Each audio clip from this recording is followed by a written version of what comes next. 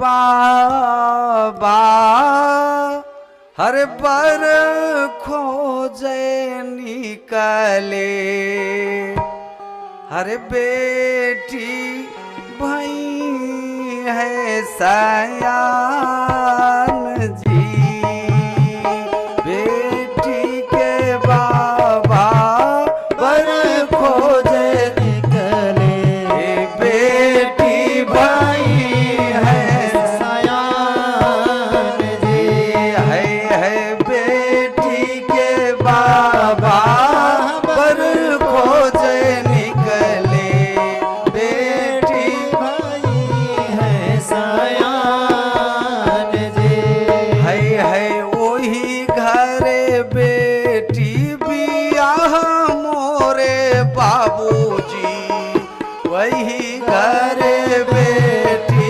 बियाह मोरे बाबूजी, जही घर शंख नीनाद जी, जही घर शंख नीनाद जी, बेटी के बाबा बर खोजे निकले, बेटी भाई है सयान जी, है बाबा बर खोजे निकले, बेटी भाई है सयान जी।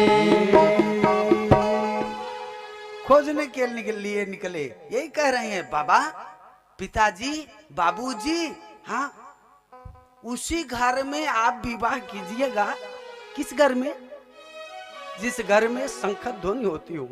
पर लेकिन अगर किसी हमारे वैदिक विद्वान का विवाह नहीं हो रहा महाराज, तो अगर ये लखपति वगैरह करोड़पति वगैरह ये आते हैं, हम इनके साथ मैं विवाह करूंगा?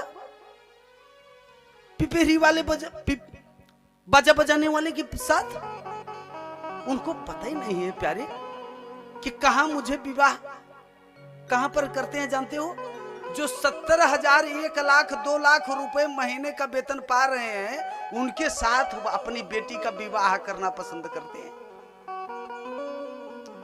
और परिणाम क्या होता है विवाह करने के पश्चात? वो महाराज न जाने पता नहीं क्या क्या कौन कौन सी नशा करते हैं। सुआ भी, सिरिंज भी लगा लेते हैं हाथों में, अपने हाथों से ही। सोमरस का पान करने वाले, भांग धतूर मंदार गांजा शराब को पीने वाले होते हैं। मान लीजिए पी रहे हैं, महाराज जीवन नष्ट हो जाता है। और ध्यान दीजिएगा, शंख ध्वनि करने वाले विद्वान कभी भी पथभ्रष्ट नहीं होते हैं। इस पर विचार करना चाहिए। अच्छा मान लीजिए भाई, अब सब कोई तो विद्वान बन नहीं सकते हैं। तो जिस घर में संस्कार हो, शिष्टता हो और भगवान का स्तवन किया जाता हो, उसी घर में अपनी बेटी का, अपनी पुत्री का प्यारे विवाह करना चाहिए। ठीक है, अच्छी बात है। 1 लाख 2 लाख रुपए प्राप्त कर रहे हैं, पर लेकिन एक बात है, 1 लाख 2 लाख 5 लाख 10 लाख महीने का आ रहा है, बहुत अच्छा है। पर लेकिन भगवान को प्यारे मत भुलाइए, वेद को मत भुलाइए, पुराण की कथा को मत भूलिए, भगवान को पीछे मत कीजिए। हमारे कहने का मूल उद्देश्य यह है। आए